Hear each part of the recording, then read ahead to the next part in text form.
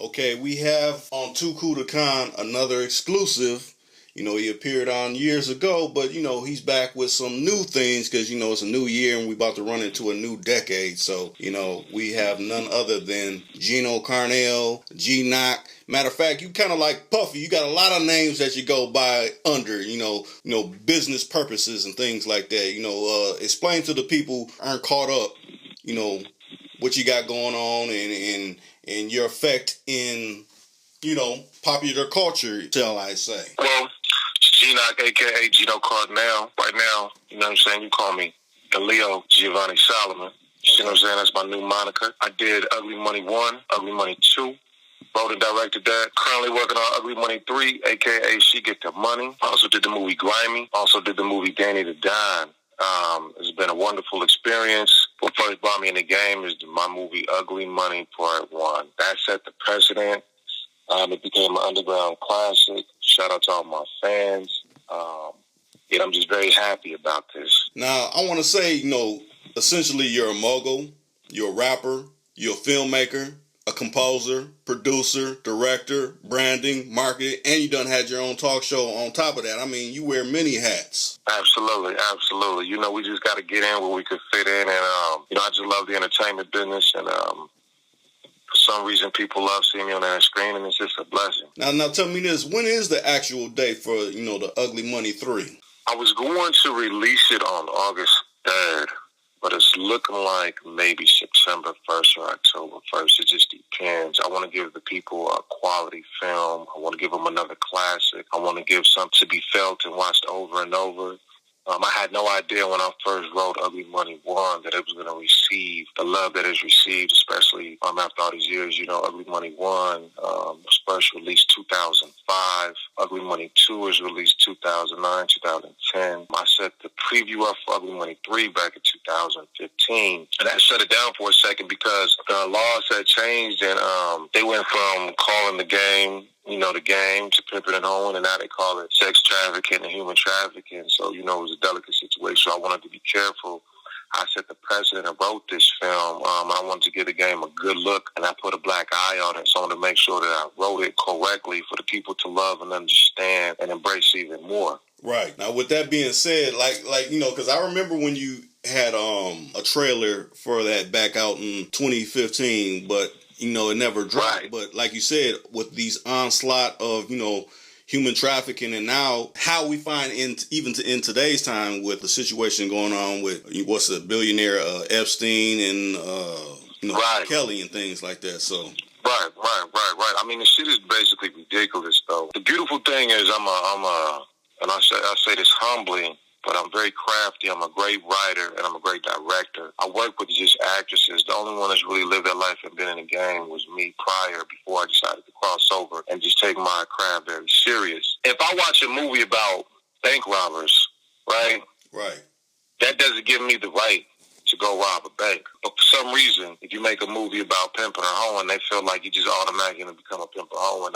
It's definitely disrespectful to making movies, to writers, to the actors, to the actresses. We should be able to tell a heartfelt story that is felt, understood, embraced, and loved. There's no other reason why it should be looked at any other way. And unfortunately, because I'm a black man, I noticed that a lot of people hit my page and they assume that I'm filming a real life thing. You know what I mean? Right. Now, a lot of people do give me credit. They say, hey, I love your films. I love your movie. I love your writing. Then you have those out there that for some reason take it offense as if I'm directing something that's offensive to the world. Yeah. You know what I mean? When there's all type of participants that, participate within this world. You know what I'm saying? Right. And I just wanted to say this on this show is, I'm starting to get offended that they're always blaming the man.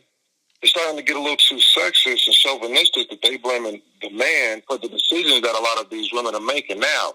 I feel sorry and apologetic to the victims of such catastrophes as human trafficking and sex trafficking. My movies are not about that. My movies are about the trials and tribulations that these couples go through trying to get this money and survive in this game. Right. That's what my movies are about. People that decide My movies, from Ugly Money 1 to She Get the Money, are about people that decide, male or female, that decide to get in the game and live that lifestyle and the trials and tribulations they go through. Not people that are picked up in a van and took to some secret lair and forced to motherfucking sell their ass for money. Right. You know what I mean? Exactly. But see, like I said, in a former, or, well, yeah, it was an actual live stream I did. I did the correlation between an old movie. I don't know if you're aware of it, but it starred Mark Hamill, you know, from who played Luke Skywalker in Star Wars. It was called Corvette Summer. And essentially, in that movie, he was a boyfriend pimp. But they didn't attach pimp to him. You know, it was like, oh, you just played a great role in this movie. No, he actually played a pimp. Right. Well, you know, we'll break it down to even, we'll fast forward and we'll take a movie such as Pretty Woman with Julia Roberts. Right. You know what I mean? Mm-hmm. Right. So, you know, they won't attack a movie like that. Right. They figure, oh, no, that was, you know, that was artfully done. You know, they use certain words for, you know, when it comes to certain people and certain people that's funding, you know, certain projects and things like that. Right. I'm looking forward to when one of these big studios from Hollywood gives me a big budget, so I can really set the tone and continue to tell these stories the way they need to be told, but even in just higher definition film. Now that's another thing I wanted to go into. What sparked the bug in your mind to be like, okay, I need to start going towards Hollywood's direction? Did someone from Hollywood reach out to you, or how did that come about where, you know, you came about writing a different type of movie? Well, okay, so what happened was when I first came up with the idea for Ugly Money 1, what I wanted to do is I wanted to do something different because I'm definitely a movie fanatic myself. I'm definitely a fan of all the black movies, black actors, especially the classics, you know what I mean? And I was like, what can I do different? How can I tell a story different but still have the same effects? Now, at the time, I was very humble when I wrote my first film. I always wanted to be in the movies, always went to auditions.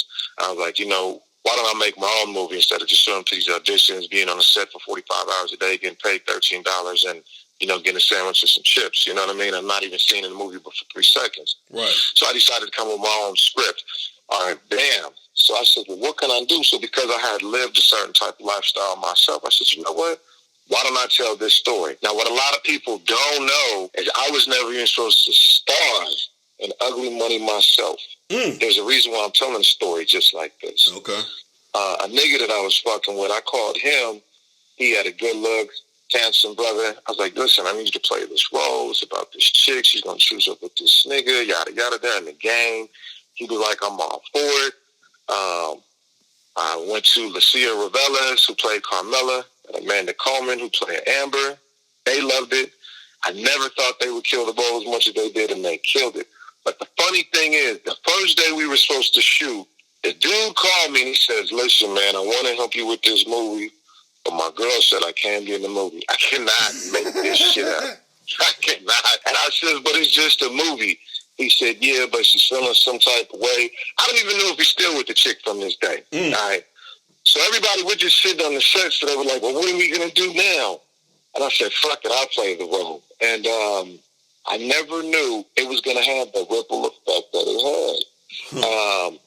I spent $10,000 to make my first movie, the last little bit of change out of my pocket. And I gave it to a bootlegger. I said, hey, man, do me a favor. Pass this movie out or sell this movie for me and tell me what people think. Tell me what response you get. It's a true story. Boom. I'm walking through the Boulevard Mall in Las Vegas. Yeah. A week after. And some niggas go, hey, I seen this movie you was in. It was you. You was kissing the bitch in the mouth. I swear to God. And they said we loved the fucking movie. Yeah. I swear that's exactly how it happened. Bam. And then it just kept going. People was like, yo, coming up to me. You know, niggas was seeing him, be like, hey, ain't you? And I would be thinking it's some beef or something. They be like, nah, you the one from the movie. I love the movie. And then regular couples were coming up to me in the airport. Hey, you was one in the movie. Then the movie got all the way in the hands of Snoop Dogg. He loved the movie. When I went to meet with him, he told his wife, "Yeah, the nigga that made the one movie's here." You know what I mean? Then the Source magazine, they did a write up about the movie, and it was just going full throttle. And then agents from Hollywood started saying, "Hey, are you the one that made this movie? Hey, I like the movie. Hey, I like the movie." So Andre Nicotina called and he stepped in. I said, "Yeah, I'm trying to get part 2 done." And we stepped it up and we did part 2. Now, I wrote part 2 a little different from part 1. I tried to make it a little more commercial friendly. Yeah. I really didn't want to. I said, you know what, let me just try something different. People also like that just as much as one. There's a debate between 1 and 2. But if you notice on YouTube, almost got 2 million views on Ugly Money 1. Yeah. And only like about 350,000 views on part 2. So we see what the people's favorite is, though. You know, the numbers are there. True. But not to make the story too long. What happened in Hollywood is somebody from HBO called me and was like, you know, we're not doing stories like this right now, but we like your work. Keep sending us some stuff in. And then if you notice, years later they came out with the show, what is this show called? It was about Pippin and Owen. I wish I knew the name of the show. Is it Deuces? Yeah. Yeah, I know the actress that they're playing that joint. Right. But I thought Deuces was a little different than how I wrote it, but it was definitely good. You know, what I would say separates me from the other writers in these other movies is, you know, I tell it like it is. I'm not tell the bullshit, sappy story of it. I want you to feel it. You know what I mean? Right. But I want it to touch you. But I definitely will say I'm very excited how I wrote Ugly Money 3, a.k.a. She Get the Money. I'm starting to She Get the Money now. So it'll be She Get the Money 1, She Get the Money 2, She Get the Money 3. And like I said, we definitely going to keep the ball rolling. We're going to set the precedent.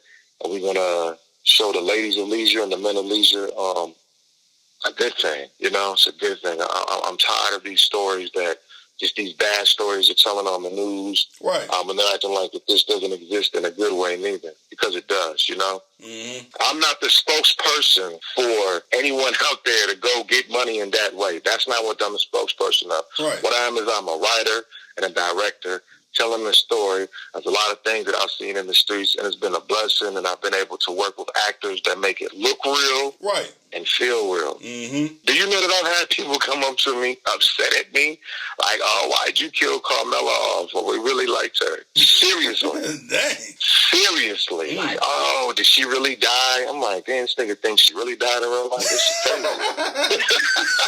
And we filmed it. And I'm walking free. Still walking around free. Right. I'm just walking around free, huh? So yeah. I'm definitely excited. Now, is it going to be any reprisals from anybody in the previous ones, or how's it going to go? No, I would have loved to do that. But I have to keep moving forward artistically. True. So some people want to do different roles. Some people are shy. But we're going to keep the ball rolling. And I got an all-new cast. Okay. I got Canary Diamond. I got Lexi.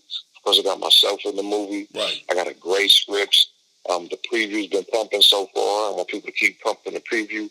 I still might drop the movie on August 3rd. I'm not sure yet. I can drop the movie right now if I wanted to. But there's one little small detail I would like to add into it. I might save it for part 2. I haven't decided what I'm going to do yet. Okay.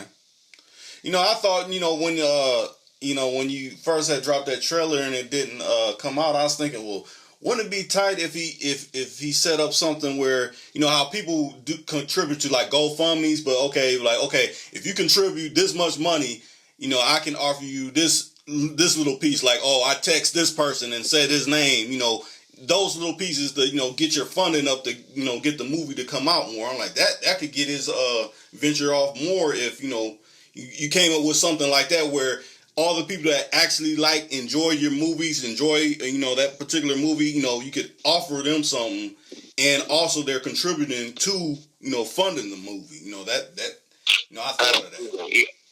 I did do a GoFundMe for Ugly Money 3. Okay. And at the time, I had just I got another call from this agency in Hollywood. They was like, "We love your movies. Can you make us something more commercial?" I'm like what? They're like, you know, something more funny. So I wrote this movie called Danny the Don. Yeah, I see. Starring upcoming comedian Johnny Eller, He-Man, and Amada Noel.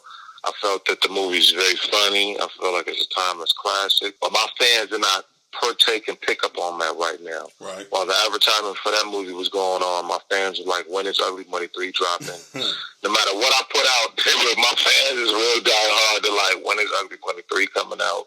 I could have made a movie about Jesus. They said, when is Ugly Money 3 coming out? I'm telling you, I love my fans. They're very, very supportive. I did the GoFundMe for Ugly Money 3. Back to that, though. I did the GoFundMe. But it just was not moving in the pace that I wanted it to. Right. And I definitely feel like this movie is long overdue. And I definitely feel like the movie is needed right now at this time to explain a lot of things that a lot of people do and don't understand. Right. So it's just time. It's just time. And they're trying to put such a black eye on the game when it's not just like that, you know? Don't just tell a story one way. You know what I mean? Right. Not only certain people should control that narrative because then it gets misunderstood, you know. And like I said, right now it's very chauvinistic and sexist what's going on in society as far as what men are going through, as far as dealing with even women in the game. You know, the man is to blame right now, whether he's the black man, the rich man, it doesn't matter. Yeah, the man the is Me to Too blame. movement and everything like that. Well, yeah, it's just ridiculous. And like I said, I'm gonna make this clear once again. I feel very bad for the real victims that these things has happened to. Right. But that's not how it always happens in life. There's a yin and a yang. There's the good and the bad. There's the beautiful and the ugly. You know what I mean? Mm-hmm. Yeah. No. I'm just definitely looking forward to seeing and hearing what people think of this movie. But people are real. You know, in society, people are real. Stereotypical and sexist. You would be just amazed at some of the comments that I receive, not from fans about my films. It's just ridiculous. It's just disrespectful. I don't like it. I don't like because I'm a black man and I make a movie about a certain content that people think I'm taking real women that are working escorts or working girls and I'm just putting a camera on them. You right. know, I feel like they're trying to disrespect my talent and my craft. You know, I know how to tell a great story and make it feel real and look real. And I'm going to get another call from Hollywood, and then I'm going to drop something mega. We just going to keep stepping it up. Right. Now, tell me this now. You made The Ugly Money, and you made the other one that was more directed, you know, towards like a comedy, so to speak. But you can't leave out Grimy. Oh yeah, I love Grimy. That's one of my babies too. I definitely get good. Thank you so much, my brother. I really appreciate that. I was been supposed to drop 2 Grimy, but instead of making 2 Grimy, I started on Danny the Don. I was about to start making 2 Grimy with Ruben Rico and Nicole Ray Shell again. Long overdue. Right. And I still plan to make 2 Grimy. I still definitely plan to make 2 Grimy. But right now we got to drop this She Get the Money ASAP. Now I'm gonna say this, and I'm gonna see if you're under the same guise or way of thinking that I'm thinking. Someone put my code to this that, you know, helps me out with you know, getting people to speak on Too Cool to Con. But okay, you made Grimy, and you say a lot of these things that you see in the streets.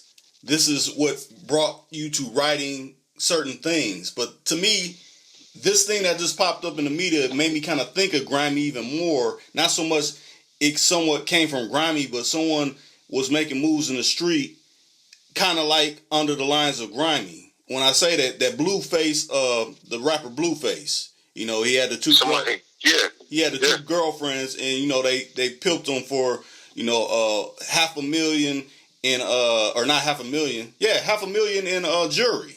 You know, they were supposed to be his girlfriends and everything. They got matching tattoos of Ben Franklin on their hand and everything like that. But, you know, how those kind of actions actually go down in the street like this on a daily. This is nothing new. One of my fans tweeted and tagged me in it with the Blueface story and put, these females must have been watching the movie Grimy, and I loved it. And I definitely feel that I definitely feel it's real. I definitely feel that he got hit with something grimy too, right. And that's why we got to keep it going. I definitely feel that it had the same taste to it. But right. I definitely felt that. Yeah, I loved working on Grimy. It was definitely a different angle. It was about the 2 brothers doing the robberies, and they recruited the chick. and then the brother falls in love with the chick, and then, you know, she robs him. Yeah, I definitely loved it. You know, let me ask you something. When you were watching Grimy, did you see the ending happening the way it did? No, I didn't. I didn't see right, it. Right. It's so many twists and turns because a lot of people, when they go in watching it, like when I referred it to people, I'm like, hey, go pick this up. They were thinking, okay, it's gonna be on the lines of Ugly Money, and like, no, this is a totally different style of a story. You know, right. So there's a lot of things that's unexpected that's happening within it, and it's supposed to be like that. You know, if you're going into it thinking about another film, you're not gonna see it in the right, right mindset. Nah, definitely not. And even though it has a different title, right, and has a different description, people are still like, what's up with that Ugly Money? Do you see what I mean, though? But do you see how my fans are with the Ugly Money? They're relentless with wanting to keep seeing these movies. And honestly, I'm about to just keep feeding them to them. I'm not going to move at a... I feel that as a director and a writer, that I'm going to start moving at an even a faster pace for my fans. And I appreciate them and I value, because without the fans, there wouldn't be a platform for this. But because there is a platform, I'm going to stand my ground and I'm just going to keep releasing them, And I'm not going to let anyone from Hollywood talk me out of it or anything, Danny the Don is the perfect American film, comedy film, white people in it, black people, no nudity, no cursing, no N-word. It's just a good, great romantic comedy, and they not fucking with it like they fucking with Ugly Money. And it's just the truth, and we just gonna keep it real because I love all my fans, and I love for them, loving what I do.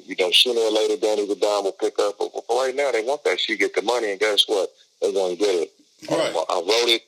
Let me example. I wrote it exactly with my style of writing. The actors are coming with it, and I'm just looking forward to seeing what people think. And we set it up. And this time, I can guarantee to my fans out there that we won't be taking long with any more of these releases. We're just gonna keep them going, even if it's independently. We're gonna keep the ball going because obviously, I'm making something that people want to see. Now, tell me this. Now, since you might as well say you wrote a magnificent script for these, for the Ugly Monies. Have you ever thought about penning a book? Absolutely. But I have so many different book ideas. One thing about me and this brain of mine, I have so many different stories that I would like to tell. I definitely do think that it's long overdue for an Ugly Money book, or a She Get the Money book. But the visuals right now is something I'm really looking forward to releasing. That's true.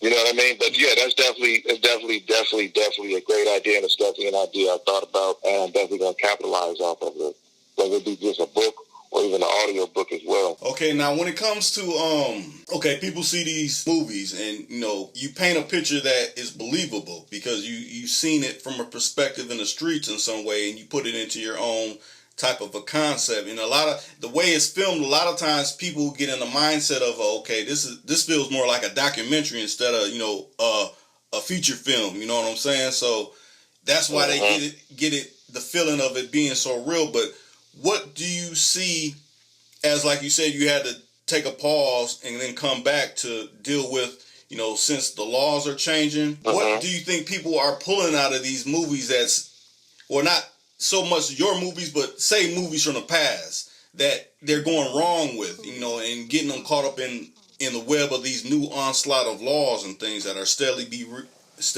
rewritten? Well, the new law, I've been talking to a few attorneys, talked to a few high-powered politicians. They started this new law called Blame the Nigga.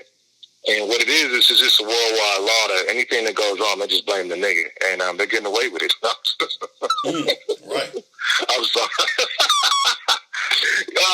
My point is, I like to tell a lot of jokes, so don't mind me. And I just want you to know that what people are taking out of these movies is what they want to take out. When I go watch something, whatever I want to see is what I want to see. Whatever I want to feel is what I want to feel. But what people have to remember about my movies is they're just movies. Right. That's it. These are just actors and actresses. I kind of feel like whatever someone watches Like I said, if I go watch a movie about somebody robbing a bank, I'm not going to hate all bank robbers. Right. I'm just going to know that, oh, okay, banks are getting robbed. That's it. Right. Oh, this is a story about a bank getting robbed. Right. That's it.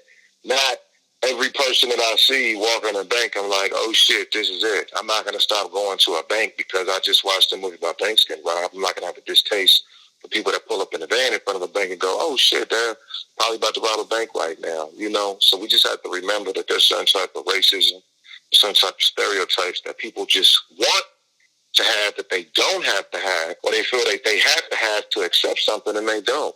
You know, just watch the movie, sit down and enjoy it. And if you like the movie, you like it. And if you don't, you don't. But don't let that create this misperception that this is what it is and the only way that it is. Yeah. And I really don't like to talk too much about politics and religion, but it's pretty much unavoidable to talk about these days and times. And so that's why I don't mind addressing it, you know, because the fact is that once my name gets bigger and once these movies get bigger, we're going to touch even a bigger audience. And I want no matter what audience that sees my films to go, damn, now that guy right there, he's a great writer. He's a great actor. The women in his movie are great actresses. They did a great fucking job, and I'm looking forward to what else they can do. Right. Or, wow, you know, I really didn't like that movie because I thought the movie was just shit. I thought the acting was horrible. I thought the guy didn't write good. That's it. Not, oh, wow, I saw this movie, and now this is how all men must be or how all women in the streets must be, and it's fucked up. You understand what I mean? Right. But tell me this, do you think it's because I had Judge Joe Brown on before, and he basically talked about how he sat on think tanks, you know, discussing, you know, things that's going on in the world and which ways they can go about changing them. You think if you sat on something like that, you could weigh in with, you know, the powers that be in certain segments of that affect the population, that would be a benefit, or you think that would still keep pushing the same narrative? I don't mind sitting down and discussing, you know, the views of my films or the views of the people that happen. But like I said, my movies, and this is in no way to disrespect any victims of sex trafficking or human trafficking, but my movies are not about that. So I wouldn't even know how to start that conversation. I'd have to watch somebody else's documentary or someone else's story and just be able to respond to that. Okay. My movies are about the men and the women that choose to get in the game and the trials and tribulations they go through as a couple, what love stories are created and what success stories are created. Right. And I'm going to stick to that and I'm going to stand on it. You know, I write guilt-free. The acting is guilt-free. And we're not going to, me and my staff and my crew, film crew, are not here to, I'm not here to preach in my movies, you know. Right. I haven't gotten to that point yet. You know what I mean? You know, I kind of feel like the movies give a message. I feel like both of my movies so far, all of my movies give a powerful message, and you can get something out of that. You know what I mean? I definitely feel like every time I tell one of my movies, you get a message regardless, and I feel like I'm teaching people regardless. Hey, if you decide to get in this lifestyle, this could happen, and that's it. You know what I mean? But as far as me, I'm not about to. I saw another movie. What was it called? And you know, the reason why I forget what these movies are called is because I don't want to confuse their writing with my writing ever. So I kind of purposely block these movies out. But the movie was about sex trafficking. They had the girl in damn trucks. And they had to be rescued. And, you know, I kind of felt like, okay, this is not the type of movies that I make. You know what I mean? Right. This movie right here is definitely about some poor victims. Truck rolls up, they throw them in it, put them in handcuffs. The girl couldn't escape for some reason, and this is what happened. All right, bam. Yeah, my movies are not about that. So I would not set myself up to even let anybody try to put my movies in the same category as movies like that. Right. You know what I mean? And that's why I just keep making it clear, this is what my movie's about. This is what my writing is about. You know, and yeah. That's why they come out like this. That type of movie that you're saying, you figure there are a lot of, you know, different people funding that particular movie, so that means they get to have say in which way they're slanting the story. You know what I'm saying? Versus you being independent and you can do what you want. No funding is making you go tilt a certain way to try to tell a certain story. Is what I'm saying. Right. Well, you know, I'm definitely want to stick to the narrative that I'm on. For some reason, when they see, and we just gonna put it all out there. When they see these females, you know, messing with these black dudes in the movies, they're just astonished. They what? Right.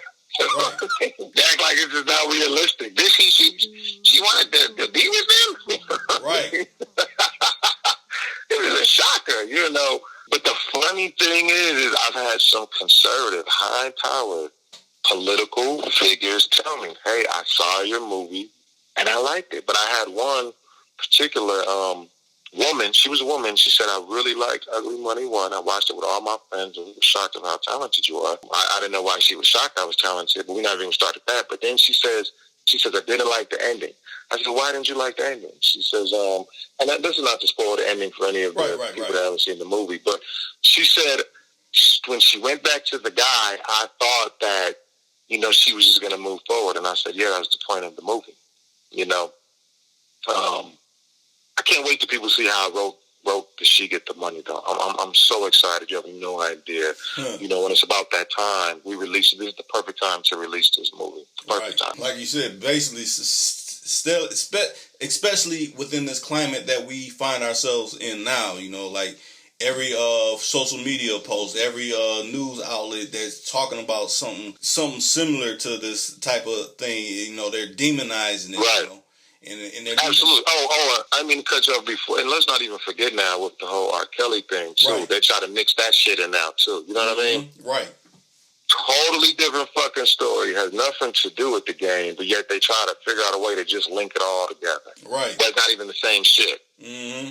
You know what I mean? Yeah. You know, and I seen a news headline where they were like, R. Kelly made the girls call him daddy. I'm like, shit, that's that bullshit right there. Right. So anytime someone hears daddy, oh, wait a minute. It might be that kind of situation. You put the antennas up. I like that nigga was a motherfucking millionaire. They'd have called that nigga Papa San if he would have said it. Right. You know what I mean? Mm-hmm. At least call me Santa Claus. They'd have been like, hey, Santa. Like, it doesn't matter. Like, people be playing stupid too much. You know what I mean? Right. But like I said, I'm excited. I never knew, and I say this humbly, I never knew my movies would have the impact that they had. I promise you. I thought when I first made the movie, I was like, man, I hope at least 500 to 1,000 people see it. This is what I said to myself, you know? And, you know, I get a lot of love, especially when I'm in California and when I'm on the West Coast. People come up to me, hey, man, I loved your movie. Hey, man, like, you know, it's funny. I've had working girls actually say this to me. And this is not even me this is not ego talk. This is director, writer talk. I've had working girls stop what they're doing, walking down and say, hey, I don't mean to get out of pocket with you. And I'm like, no, it's okay. And they're like, but hey, me and my folks, we love your movie. I just wanted to let you know. Keep doing what you're doing. And I'm like, damn, this is amazing. Right. This is fucking amazing. But like I said, regular people with regular working jobs come up to me and say, hey, I liked your movie too. You know, not just people that live that lifestyle in the game. People just like the movie. You know what I mean? Right. And I'm just looking forward to the response to this new movie, and hopefully we'll have the same response before. What did you like better, Ugly Money 1 or Ugly Money 2? What did you like better? I'll say it like this. I'll say I liked Ugly Money 1 a lot, but what made it different because I guess, you know, you kind of stepped up the camera game, so it was more, it was filmed different. It was like the first one was more gritty. But absolutely, the second one, you know, you had different film crew, so you know it came off a little different. You know, they both have their standings of why they're good. But I mean, I figure if you had that same quality at the beginning one, then that would have made it even more better than what it is already. But you know, they both stand alone as being great within their own particular, you know, bodies of work. You know, I like them both. I got them both of them on DVD. Appreciate that. I appreciate that, my brother. You know, I didn't buy it from no bootlegger. I appreciate that. You know, it's funny with the Ugly Money 1, even though, and that's what shocks me, even though it's filmed in a grittier style, right? That one has the more views on YouTube. And you have to sign in to watch that movie on YouTube. You know what I mean? I think a few other channels put the movie on their channel, and that's what's a blessing, too. When I see other channels put my movie on their channel. You know what I mean? I don't even take it offensively. I'm like, wow. You know, somebody has a channel called what they put Hood Movie Classics. You know, my movie made it on that list. I'm like, wow. You know what I mean? Yeah. This is amazing. This is fucking amazing. I would have loved, though, let me just put this out there now. I would have loved to revamp, you know, part 3 with Lucia and Amber, because for some reason their acting just had such an impact that if it wasn't for them, the movie, you know, wouldn't have crossed over the way it did. You know, great film. But I feel like she get the money too. Is just gonna keep the ball going. You know, the way I write, and the acting, and I'm just really excited about this. But the thing about it like this, I mean, I know we kind of touched on it the last time we talked when you said, yeah, you know, the bootleggers got a hold of it, and, you know, they ran with it. You know, I was selling it, but then, you know, the bootleggers got a hold of it. But when you think about it, I done been down in Kansas City, you know, you go into the, get a white tee out of the store in the hood, and you always got the bootleggers out there. I got this movie. This movie's good because of this reason and stuff like that. So it's all across the nation. Yeah, it just comes with the game. It doesn't matter. It could be the new Superman 21. You know what I mean? They're going to sell it. And just the fact that people want to sell my movie and to other people, like I said, I take it all as a blessing. None of it offends me. The only thing that offends me is that people try to discredit me and don't believe that I'm just working with just actors. That is one thing that offends me. Like, give my staff and crew credit, you know, because you know, you'd have to be straight and insane person to film something real and just put it out. Not saying people don't do it, but you telling me we're going to take a whole hour and a half, 2 hours of footage, put music under it, and the shit was real the whole time? Right. And this is what next thing will be telling us the show power is real. Right. This is what people need to realize too. Think about, you know, the classic exploitation movies like with the Mac and Superfly. You know, Max Julian was a trained stage actor. You know, so was Ron O'Neal. But that's why it was so, you could feel it so much, because, you know, they really honed their craft into, you know, these particular roles that they play. So just like anybody else that may have a different type of pigmentation and you enjoy them, like you acted great in here. You can't take it for all. You really were this person. Right. Like, well, you know, when I was in high school, a lot of people may not notice, but I actually did take acting class. And one of my theater teachers used to always tell me, she used to be like, if you wasn't so bad, always fighting and dealing with these females, you'd be one of the best actors. This is what she would tell me. She'd be like, just remember, stay with your craft. And in order to pass, I'm going to get my diploma, I had to make a film. So my first independent film I made, I was 17 at Durango High School in Las Vegas, and I had to make a film to pass my whole high school course. Like, I had to make this film for theater class, and it was 15 minutes long, and everyone clapped at the end of the film. The whole time, the movies have been my calling. Of course, I've dabbled in also the music business, but I've had more of an impact with my movies and anything. And it's a blessing, and I just plan to continue. And I plan to release a lot more material than I've been releasing. My brain has a lot of ideas in it, and we're just going to run with it this time and have a good time, you know. It's not about playing the politics anymore. It's about just focusing on the craft, making some good material, making classics, and keep it going. There's a lot of black directors and actors that I look up to, and I just want to follow in their footsteps and keep putting out some good shit, you know? Right. Now, have you ever thought about, since you said Hollywood has reached out, and, you know, if you came up with another type of movie, any kind of big Hollywood actors that you will probably want to work with, if, you know, you got the opportunity to cast somebody like that? Oh man, there's so many. It's just endless. Yeah, there's just a list of great actors, whether black or white, that I would just love to work with. I won't say their names now, but we'll definitely reach out to them together when we do an interview. And you say, hey, what actors do you need for this next movie? We're just going to put them on blast right then and there. We're going to show them what we're going to do is she get the money first. Okay. Now I'll tell you this. I remember the last time we were on, you kind of touched in how back in the day, it was out of context what I'm saying is, but, you know, you said coming up, you used to be scared of Candyman and stuff like that. But wouldn't it be something if you can work with Tony Todd that played the actor of Candyman and have him in one of your joints, I think that'd be tight. He would kill it. No, he would kill it. He's a legend. Right. He's a legend. He is a legend. That would be just amazing. You know what I mean? It's amazing. And you know what's funny? You've noticed how the first Candyman was better than the other ones? The first one? Yeah. I think the first one was the best. I think the first one was classic. They shot it in Chicago. They shot it in, I think the project's called Cabrini Green. Yeah. Hopefully I'm saying it right. Yeah, legendary actors like that. Absolutely. For sure. 1,000%. There's a few movies that I would like to remake myself if I ever got the opportunity. Yeah, and I would definitely love to work with actors. I'm surprised they haven't made a new Last Dragon yet. I've always been surprised at that one. They keep talking about they're going to redo it, but they haven't made it yet. But you know why they probably haven't made it yet? Because it's so hard to top a classic. You know what I mean? You can't play with it, you know, because once it's stamped and sealed in the classic, you can just fuck it up. You know, when they tried to remake the new Ghostbusters with the female cast, it didn't have the same.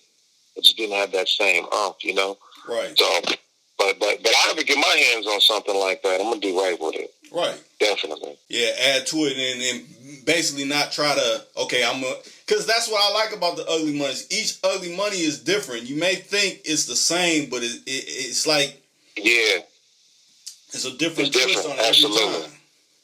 Right, and that's how we want to keep surprising them. Like I said, you know, and I just want to keep saying this with this Ugly Money 3, She Get the Money. The writing is different on this as well. And if you notice though, the narrative stays the same. The woman is telling the story. You know, I have a lot of pimp fans and a lot of gentlemen of leisure that come up to me and they say, "Hey, there's some more ism in the movie," and I say, "Well, that movie is not about ism; it's about the female." One day, I'm going to make a movie about the gentleman of leisure. We'll make a movie about the ism for sure. That's coming soon too. I just want to let my fans know, you know, hang in there with me. I got something special brewing up on that level too.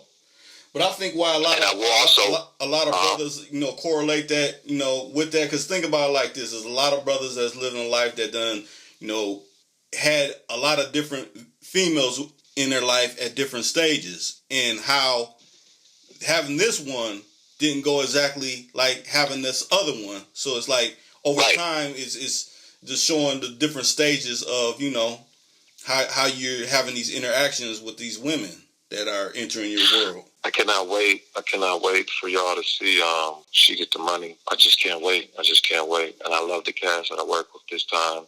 Shout out to Canary Diamond. Shout out to Vic Marie. I think we did a good job, you know. But the fans will let you know, you know, because I learned with Danny the Don when I made Danny the Don. I thought that was very funny, but a lot of my fans are like, "Nope, we don't want that. This is what we want." Right. You know, a lot of my fans are disappointed that I don't have the character Carmela in none of my movies anymore. But I just have to let them know, hey, you know, we're growing and we're still, you know, we're still going, and you know, there's different stories on different levels, and once again, here we are. Right. Now, tell me this: did you film in one spot, or did you move from different states in this new one? I mean, I know you don't want to give away where you were filming, but I'm just saying, was it based in different areas again, or? Absolutely. No, I don't mind giving away. I shot a few scenes in Atlantic City. I shot some scenes in New York. I shot some scenes in, of course, California. There's another scene I need to shoot in Vegas. I try not to wear the Vegas shooting out too much because, once again, I want to show how broad my mind thinks and how broad my writing is also. Right.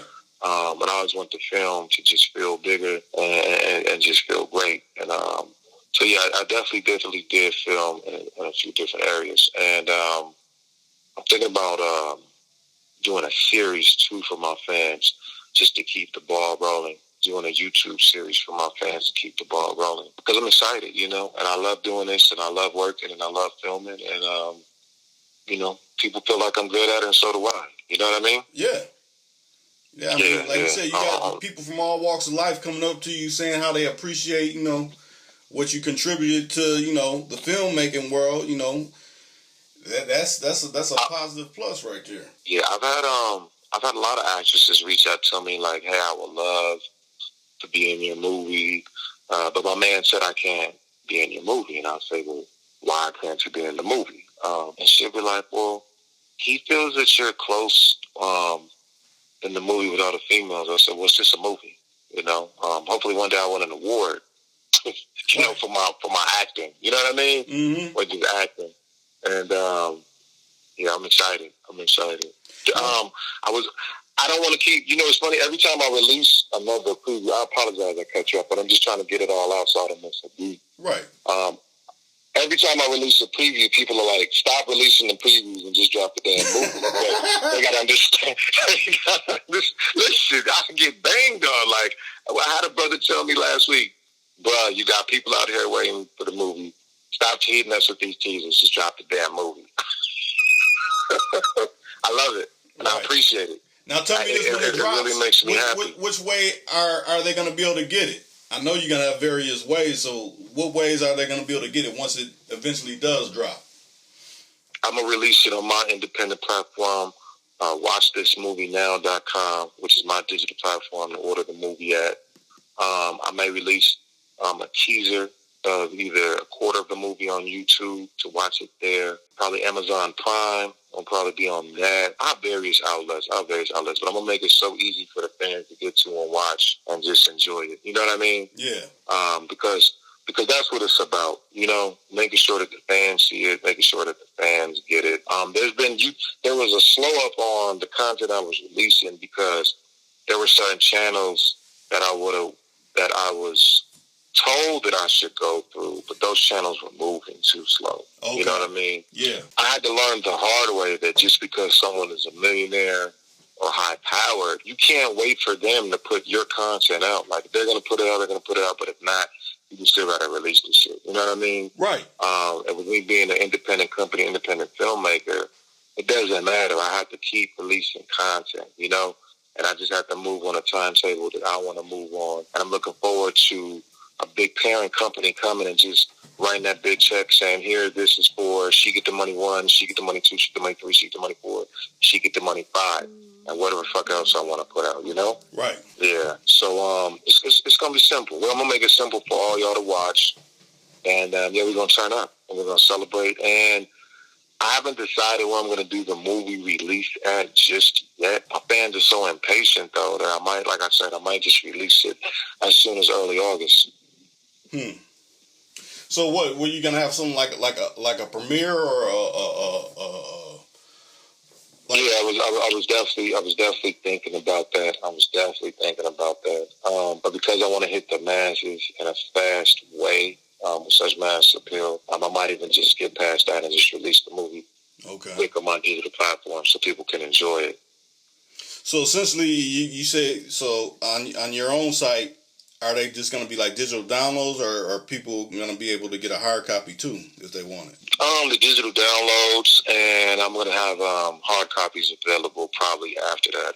After I see what response I get on the digital downloads, okay, and then I'll go for the hard copies because people do still watch, you know, DVDs. Redbox is still open, which is a good thing. So yeah, I'm definitely going to have the digital.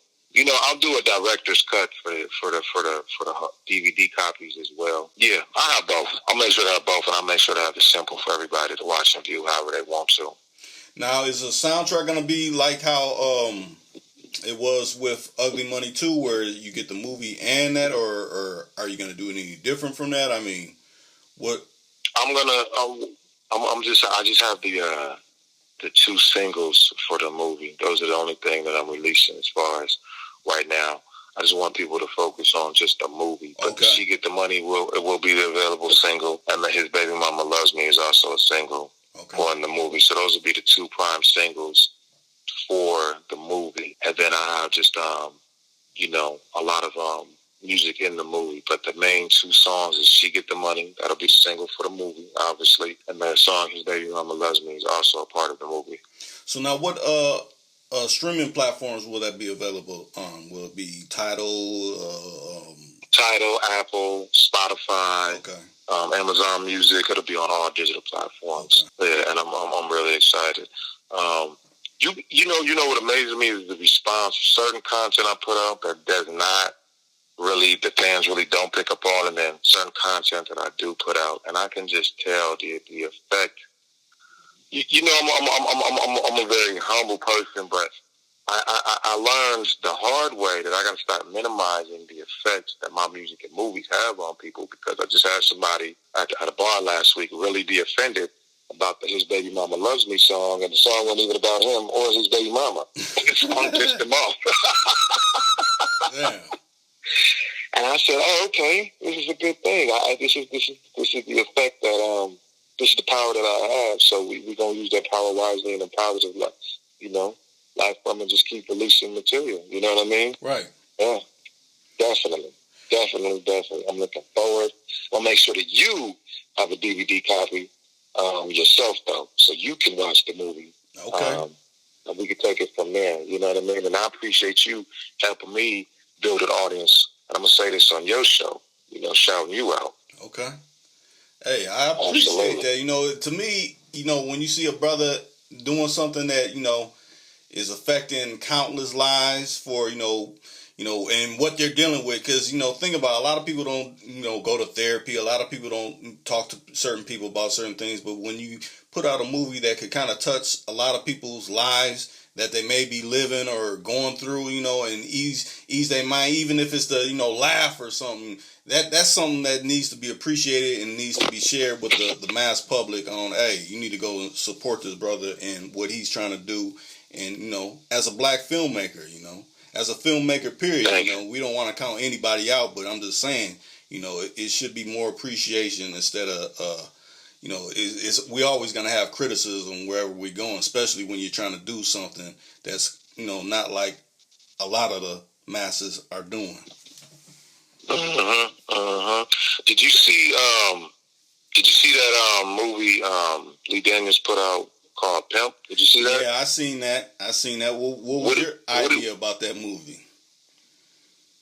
Well, I honestly felt like somebody saw my movie and stole a few pieces out of it. That's one. Okay. I felt like the actors definitely did a good job, but I feel like they missed a beat in a few areas. I felt like some things felt realistic, and I felt like some things were definitely over exaggerated, because when I saw it, there was just some things I go, oh, feels like somebody watched my movie and then mixed in their things. You know what I mean? But it definitely had a familiar feel to it. But then it had another feel of, okay, this is the narrative that they're trying to paint now with this type of lifestyle, and we got to correct this right here. You know what I mean? This is what we need to put in check right here, because this is not cool right here. So that goes back to what you said earlier, black eyes in the game. That's essentially what you're speaking on.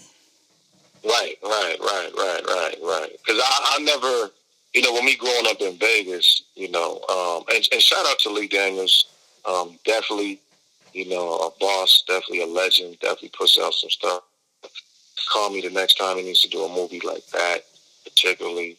They need someone like me on the set to give an insight, and I say that proudly. The reason why is because there was a scene in the movie where the chick chooses up, and his bottom chick gets upset, so he just kills the chick in the back seat. Right. And I says, what the fuck was that? Right. And then they drive around with her in the car. Right. If somebody said this that life ago, you see? Mm-hmm. And he's still going to take her to work. Yeah. I said, no, what the fuck was that? This is not how it happens. No. But who the fuck, whose idea was it to put that part right there? Right. That part right there is what irked the shit out of me. Mm-hmm. I could not stand that part of the movie. And I definitely was like, we got to change this narrative, because that shit was fake as fuck. Right. But to people that ain't versed in that type of life, they'll see them like, no, I seen it in the movie. They do that. Right. No. And he still took her to work after he killed the girl. Like, Yeah, that shit was, and then the way they had him looking too. He was like, he wasn't no damn P, he wasn't a pimp, he was a mass murderer. You know what I mean? Right. He wasn't in it for the money. He just wanted to kill people. Right. So I think they get these characters mixed up in these movies. And I believe that's what sets the precedent. That's what separates me from those type of movies. That separates my writing and my directing. Right. And But do you think they got someone, like I said, whoever's contributing to that film? Okay, we need something real salacious. But that's to the point of not being believable when you're dealing with people that done live that type of life. Like, that's not believable. Right. You know? Yeah, that shit, I ain't never seen. Let me tell you something. And like I said, I grew up in Vegas, you know, not outside of Vegas, you know what I mean? And the more we do these interviews, the more I would like to definitely unveil, you know, a lot of things that I've been exposed to in my personal life. But I will say I've never seen no shit like that ever. Like, oh, who's that in the back seat? Oh, you don't like her? And then just pulled out a gun and just blow the damn girl head off. Like, and then he still takes her to work. Right. I was done with the movie after that. I was done. I'm going to be honest with you. I still watched it, but I was just like, yeah, let's go ahead and put this shit, get the money out ASAP. Right. You know, because the narrative is real. They're blowing the lines.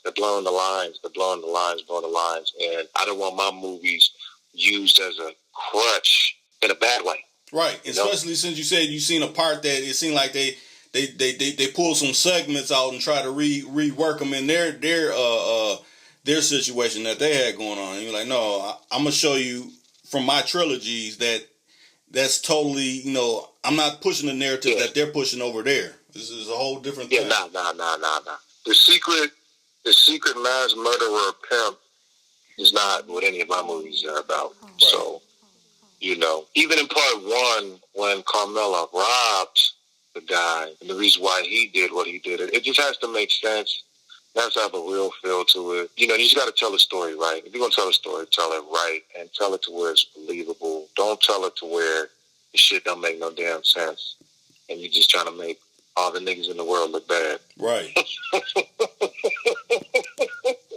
I'm really glad we talked about that movie because a lot of people, you know, don't talk about that movie. They don't. You know, and the movies that are not talked about is a movie that didn't have a good impact or had a type of impact where people were like, you know, and I've just been lucky enough and blessed enough to where people enjoy my movies and people are like, when are you coming with the next one?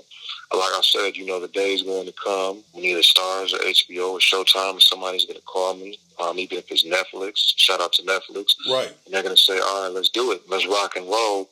And then we're really going to hit them upside the head, you know? Mm-hmm. And I'm looking forward to you showing up to set, and we're just having a good time. And, we're not going to do any weird-ass movies with weird-ass scenes like that. We're going to make some timeless classics.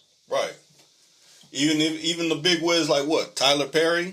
Even Master P, you know, some people that done made a few movies too. So, I mean, hey, I know they done probably watched and seen the type of work you done put in. So, hey, if them is the types that want to reach out, hey, that's a plus in itself too. Well, that would definitely be a blessing. That'll definitely be a blessing. Shout out to Tyler Perry. He's done an extraordinary job. And what I like about Tyler Perry is he knows how to creatively tell the same story over and over and over, and it's still good. Fucking genius. Genius, you know what I mean? Right. And what he's done for the culture. You know, I love it. But now it's time for a different story now. It's time for a change. It's time that us as black actors, black directors, and black actresses, we can't be afraid. We can't be afraid to tell our stories. We don't always have to dress up our stories to please the masses because they don't understand our story or haven't been around our story. And I also noticed this in Black Hollywood too, that and this is not to disrespect anyone in Hollywood. All I'm saying is, seems like a lot of the same stories are being told now. You know, I don't mind watching the story of successful black families on camera, successful black actors, successful black couples. But let's not forget the drama and the struggle that our people go through. And let's not forget to commend the power and the strength that our people have. And that's what makes our culture our culture. Right. Our culture doesn't have to mimic other cultures. We don't have to mimic other cultures because we are who we are. Henceforth, still haven't seen a movie that's top Paid in Full since Paid in Full was released. I still haven't seen anything that's top Paid in Full. I'm going to use that as a reference because it's a classic. The acting was phenomenal. The story was a true story, but if it wasn't for the actors, classic. Name a movie you've seen after Paid in Full that made you go, oh shit, this is just right up there with Paid in Full. Because I can't. You know, Brooklyn's Finest was a good movie. Great fucking movie, but they mixed in other stories. Did you ever see Brooklyn's Finest? Yeah, I seen Brooklyn Wesley Snipes, Don Cheadle. Okay. I think if they would have just left the story with just Don Cheadle and Wesley Snipes, it would have been perfect. That's how I feel. That's just my opinion as a fan of the movie, and I'm just speaking as a fan. You know. Now tell me on a B level that's maybe not pushed out by a major a major movie theater, or not a movie theater, major movie company. Which ones do you think fall under that? But I mean, I know you're counting your own, but have you ever seen Killer Season with Cameron? Yeah. You know what? Because I saw Cameron in Paid in Full, because it's such a phenomenal job he did in Paid in Full, and like I say, love Cam, love everything he's done. I didn't think he topped it with Killer Season. Yeah, true. I thought Killer Season was cool. Yeah. But because he did such a phenomenal, amazing job and Paid in Full, I was disappointed in Killer Season. That's just my opinion as a fan. Yeah. I'm not saying that as an actor, as right as a fan. Killer Season was okay, but he killed it in Paid in Full. Fucking killed it, you know? I watched Paid in Full probably 100,000 times, you know? Now what about Belly? What? Superior Classic. What? That's why Belly 2 didn't make no damn sense. Right. You know what I mean? What? Belly, classic. I've watched Belly so many damn times I thought I was in the damn movie, Belly. You know, great acting. Hype Williams, phenomenal job. They had a bunch of different writers in Belly. That's why some of the stories were so mixed in, but the way they got to tell the story and deliver it, classic. See, these are classic movies, and we need those, you know what I mean? And I'm just starting to see a scarcity of these type of movies coming out on the mainstream, you know? Luckily right now we have power, but like I said, it's almost if you feel the fear of them just wanting to tell the story a certain way. So, hey, you know, let's mix this in with it. Let's mix in with it. Let's kind of dilute it down. No, we don't always need to dilute it. Just give us the story. Right. Give us the story. Let us enjoy it. Let us embrace it. And let us watch it over and over. One movie I would love to redo myself, once I get the budget, I would love to redo New Jack City. I'm surprised nobody's touched that. Yeah, classic. Yeah. Fucking classic. Like, amazing. You know what I mean? Mm-hmm. And you know, they asked Wesley Snipes to do New Jack City again, and he told them no because he didn't like how it made Black Man look. But he's forgetting, shit, we love New Jack City. Right. New Jack City is a motherfucking classic, and we want another one. You know, that's what we want. So why we can't have what we want? Who do we have to impress for us to get what we want and we like to watch and we love to watch? Right.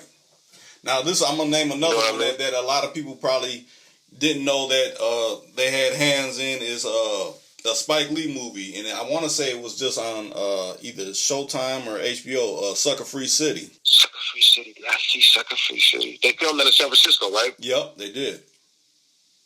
You know, I gotta rewatch that one. I cannot, and I'm meaning this in no sarcasm, no disrespect. I cannot remember Sucker Free City. Was that good? To me, it was good. It was telling about how, you know, people get their issues coming up in the area, you know. And, you know, he had Jim Brown in there. He had, what's the guy that he won an Oscar? He was in She Hates Me.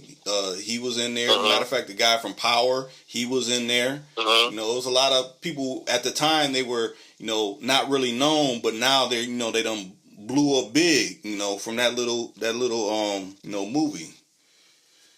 You know, my favorite top two Spike Lee movies is Malcolm X, #1. Right. And it's a toss-up. He Got Game and Clockers. That was my two under that. Always been a Spike Lee fan. I love when Spike Lee was making movies for the culture.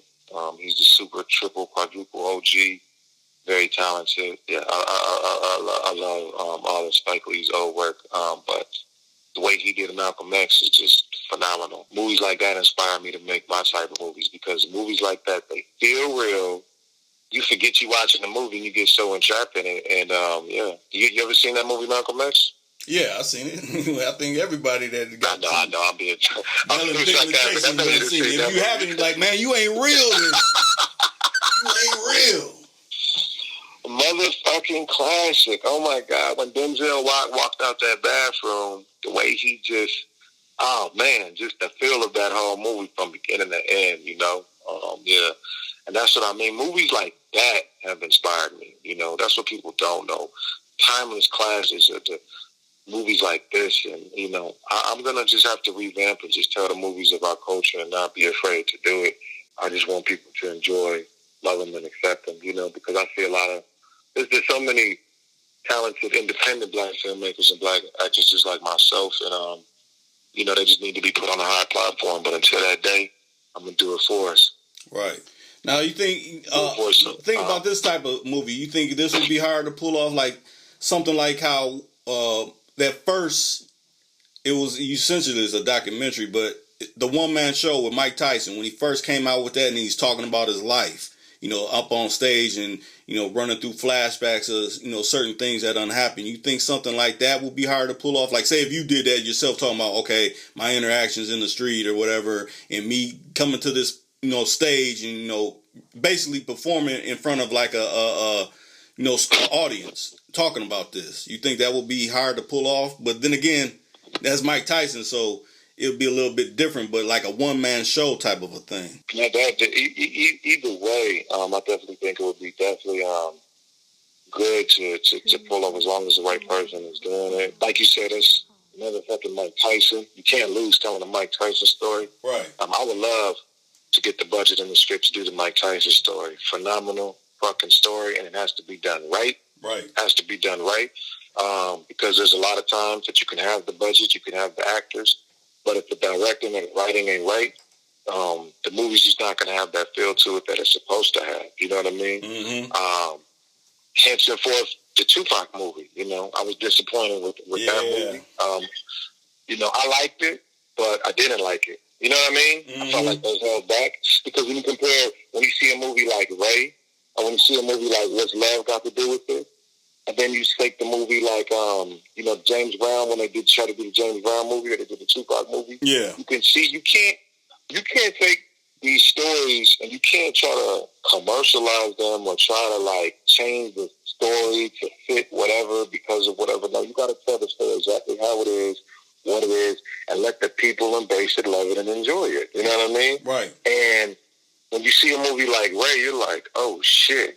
This is real. This is you can feel the pain. You can feel the struggle. You can feel the success. You can feel the shine.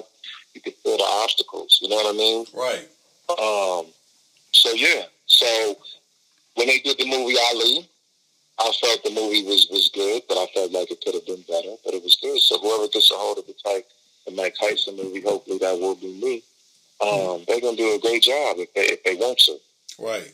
Now, I think two other ones that will be great, too, it depends on who gets their hands on it, is either Rick James or Absolutely. Prince. Either one of those stories will be crazy. Yeah. It needs to be somebody like me or somebody that's really going to set the tone and set the precedence of how this story is really supposed to be told. Right. When you tell a story, you got to tell it the right way. You know what I mean? Mm-hmm. Actually going out to speak with people that really interacted with them on an everyday basis to to get a feel how you're gonna set up these scenes and things. I feel like Angela Bassett and Lawrence Fishburne set the motherfucking tone. If you're gonna tell a story, you tell that motherfucker the way it's supposed to be sold and you sell it. Because let me tell you something, I didn't even know anything about Ike and Tina Turner until I saw that movie. And Lawrence Fishburne, I thought was the real Ike when I watched it. Right. You understand? Mm-hmm. And I was loving it like, oh, shit. And the story was just incredible. So when you have movies like that come out and people have seen it, you don't play. You don't play when you're telling these biographies of these singers or these actors or these rappers. You don't come to play because actors like that have set the fucking tone. Don't come playing. And we know it. Jamie Foxx with Ray. He didn't come to play. He showed up and he showed out. The brother that played in the James Brown story, he did a great job. That's true. It was the director. Or the writers that tried to, change the story. James Brown was a gangster. They left that whole chunk out. You get it? They left that whole story, and the people that know his story from our culture are gonna know. No, that's just not how the story went. When they did the Aaliyah story, it's the same thing. You know what I mean? So like I said, our people, our culture, and I love our culture, love our people, but I'm just saying our people, our culture, we don't have to be afraid to tell our story because it's our story. And right. That's it, and it comes all the way back to me and the way I write and why I write the way I write. Because I just want to make timeless classics for people to enjoy. You know what I mean? Right. I want you to feel the pain. I want you to feel the love. I want you to feel it, Now tell me this. I'm going to play devil advocate because I liked it. What's Love Got to Do with it, but both of those parties, when that movie was made, they were still alive. Well, one of them was still alive. They didn't get no input from Ike. So what do you think about that aspect? Like, no, we're not going to get Ike's input. We're just going to take, this one side and run with it from their point of view. That's where it could kind of get convoluted. Well, remember, I told you that we always got to remember this. As long as we always remember this part right here, we're going to understand it. They're always going to blame the nigga. Right. Right. Once you remember that factor, you're going to feel a lot better because you know the politics behind it. They're going to blame the nigga. Mm-hmm. You know what I mean? Bobby Brown. Right. Ike. They always going to blame the nigga. It was the nigga's fault. Michael Jackson, R.Kelly. The list goes on. Shoot, even Rick James back in the day, he burnt her with a crack pipe and all that kind of craziness, Listen, whoever does the Rick James story can't come playing. And whoever plays the actor to play Rick James can't come playing. Right. They got to come with it. You know what I mean? They got to come with it. And, even though Lawrence Fishburne played Ike as the villain, he sold that part so much to where you still fucked with Ike. It doesn't matter. Right. It doesn't matter. You still fucked with him. Now, do we know if Ike was the villain like that? No, only Tina Turner knows that. But guess what, though? The motherfucking movie was phenomenal. It was a classic. There's always the good person. There's always the villain. And they did that. You know what I mean? So, no, I definitely agree. They really didn't get the input. They didn't get the input, but Lawrence Fishburne is such an triple OG actor that he knows how to sell that role. And, he did that, though. He did that because if that's not how Ike acts, now I think that's how Ike acts. True. And that's the power of being a great actor. Right. You get it? True. Right. So, who else could they have gotten to play that role? That's it. I'm glad we're talking about all these things because it definitely sets the tone of why I write the way I write and I act the way I act on film and try to deliver the story the way I deliver the story. Right. From what you done seen within life and not just, from, the areas of Vegas or parts of Cali. No, it's through everything I done seen that, that the same filmmakers done put up and I done pulled out of it what I felt needed to be pulled out of it versus like, okay, this person took damn near what I did in a scene and put it in their movie versus, okay, I like the concept. I'm going to run with it in this kind of fashion that it does have nothing to do with, whatever they're doing in this movie or that movie, And I just wanted to say to my fans too, the reason why, when I was, rebirthing my career, this time we really campaigned hard. The reason why I started going by G-Knock and Gino Carnell, because those were actually my names in the streets when I was in the street life. Okay. You understand what I mean? So yeah, people know me as that name in the streets, and that person that I became in the streets is how I was able to cross over into the music business and the film business. But I definitely want to be taken serious, as far as within the craft. And I'm excited, but don't get it twisted. Fans still call me G-Knock. They still call me Gino, and I don't take it offensively at all. I just want to make sure that I touch my fans, and I keep giving them what they want. And they keep praising me and pushing me to move forward. And yeah, I'm happy we here, and I'm excited. Once again, DaLeo Giovanni Solomon, She Get the Money, starring DaLeo Giovanni. And the reason why it's DaLeo Giovanni because I'm a Leo and my first name is Giovanni. For those that don't know. Okay. Shout out to my co-stars Vic Marie. And we here. We here and we about to drop it, and I'm looking forward to it.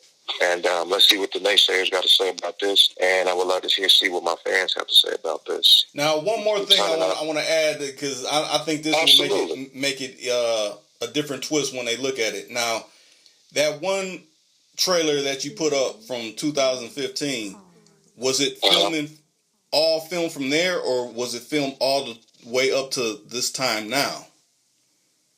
I've been working on this movie since 2015. Okay. Yeah. We start production and we shut down. We start production, then we shut down. And the reason why this was happening is because I just wanted to make sure that it was right. You know what I mean? I just wanted to be right. It's such sensitive times right now, and everybody's so sensitive. And I didn't make the movie around the sensitivity. No, that's not what I made the movie about. I just want to make sure we did a good job and we told the story the right way. And that's all it's about. So it may have taken some time, but I just did it like that because I wanted to come out the right way, not the wrong way. I don't want the shit to feel like, what the fuck is this? You know what I mean? Right. But what I'm saying, what I'm saying is different, because like say Ugly Money 1, you filmed that in probably 1 year's time is what I'm saying. Right. So this one is overtime, but you watch the movie as it's just one particular, within a year span or whatever. But this has been over years that you filmed this one, so that this is what makes this that much more different is what I'm saying. Right, absolutely. But that trailer for the Ugly Money 3 from 2015 is still in the movie. Okay. Yeah, it's definitely still there. We didn't get rid of that. That's why it's still up online and everything. No, that story is still a part of the story. All right. Yeah. That story is definitely still a part of the story, and it's still told. So yeah, because people seen that, so people are gonna want to know, well, what happened with that? You know what I mean? Mm-hmm. I saw that. So what the fuck? What happened? And we're gonna show what happened. We're gonna show definitely what happened with that scene, and. That's Kamora Green, great actress, and we're going full throttle. We're going full throttle, and I'm looking forward to even hearing your input after the movies, after you see the movie. Oh, most definitely. Like I said, just let me know which way I gotta do to contribute to put my bread down to get my copy when it's available, and I'm gonna make it happen. Matter of fact, pick up a couple for some other people. I don't want to be like, hey, watch my copy and mess up my joint. No, I'll get you your own copy or direct you to where you need to go get it. Yeah, you know what? And I say this with a smile on my face. My pops, who's one of my biggest fans, he said that people are always stealing copies of my movie from his house. He was like, they always stealing my damn copy. I can never get a copy back. And that's how we know we got something, Right.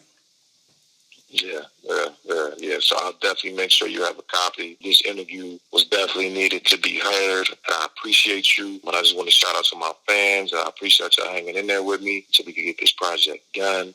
But it's definitely coming. It's definitely coming before the year's over.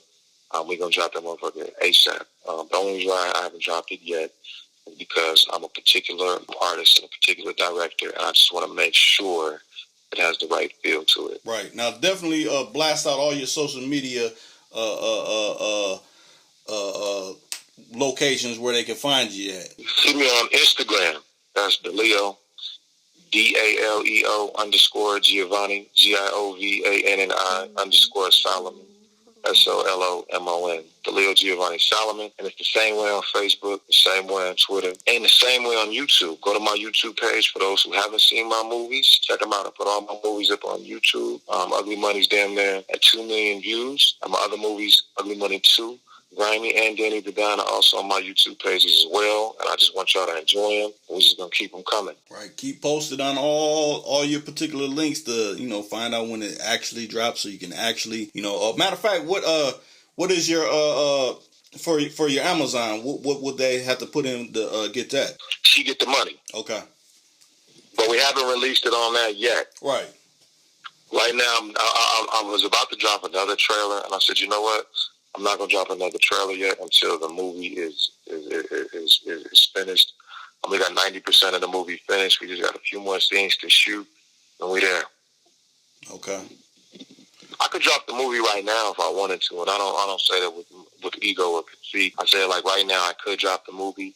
It's me that is just making sure that I give the people what they want. Because, you know, when you go from a part 1 to part 3, you got to make sure that you're giving them what they want. Because sometimes some movies, we've seen some trilogies last, and then we've seen some trilogies just make shit collapse, you know? Yeah, I want to say one that's like that is a Jaws. I want to say they only regard Jaws 1 as being the only one. When it get to started to the other ones, you know, different people was touching it, so it was not having the same effect. But you've been through it all the way through, so you know it's gotta be good.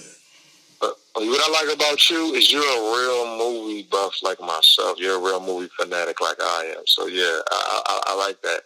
Yeah, this interview right here got some organic essence to it. I appreciate that. Yeah, because you are a movie fanatic yourself. And as well, but I believe. No, go ahead. Well, I believe that I believe they're gonna like this stuff. I believe they're gonna like it. We'll see. We'll see how the world partakes to it. Me and you'll sit back and laugh and see what type of response the movie gets. Right. You hear me? Mm-hmm. Yeah. You know. I like how you said, mm-hmm, because us as black people, we know when we say, mm-hmm, we already know. Right. So already knowing situation was gonna go down. I be seeing them comments, people like, man, when's it dropping? When's it dropping? You got them feeling like they trying to score something or something. They trying to score your movie. Something too legit to quit. Absolutely. Oh yeah, they're gonna this is gonna be interesting right here. And like I say, we here. We here. I'm looking forward to this. We definitely here. Well, reach out. Hey, all of my subscribers that are on Too Cool to Con. Hey, reach out to them. Hey, spend your money. You know, definitely spend your money, but don't. I mean, yeah, we know it's bootleggers and things out there, but hey, it's too much information that he done dropped where you can get this directly once he makes it live. Matter of fact, if you're in that much of a hurry, go ahead and get those older ones if you ain't got them in your collection. Do that. You know, spend your money that way. If you done borrowed it out and you ain't got it, you know, he done hit you where you can, go pick up the older ones too. So you can do that too. Absolutely. She Get the Money. Dropping soon. Written and directed by yours truly, DaLeo Giovanni Solomon. Shout out to Too Cool Con. We here. And with that being said, we out. Till the next time. 100.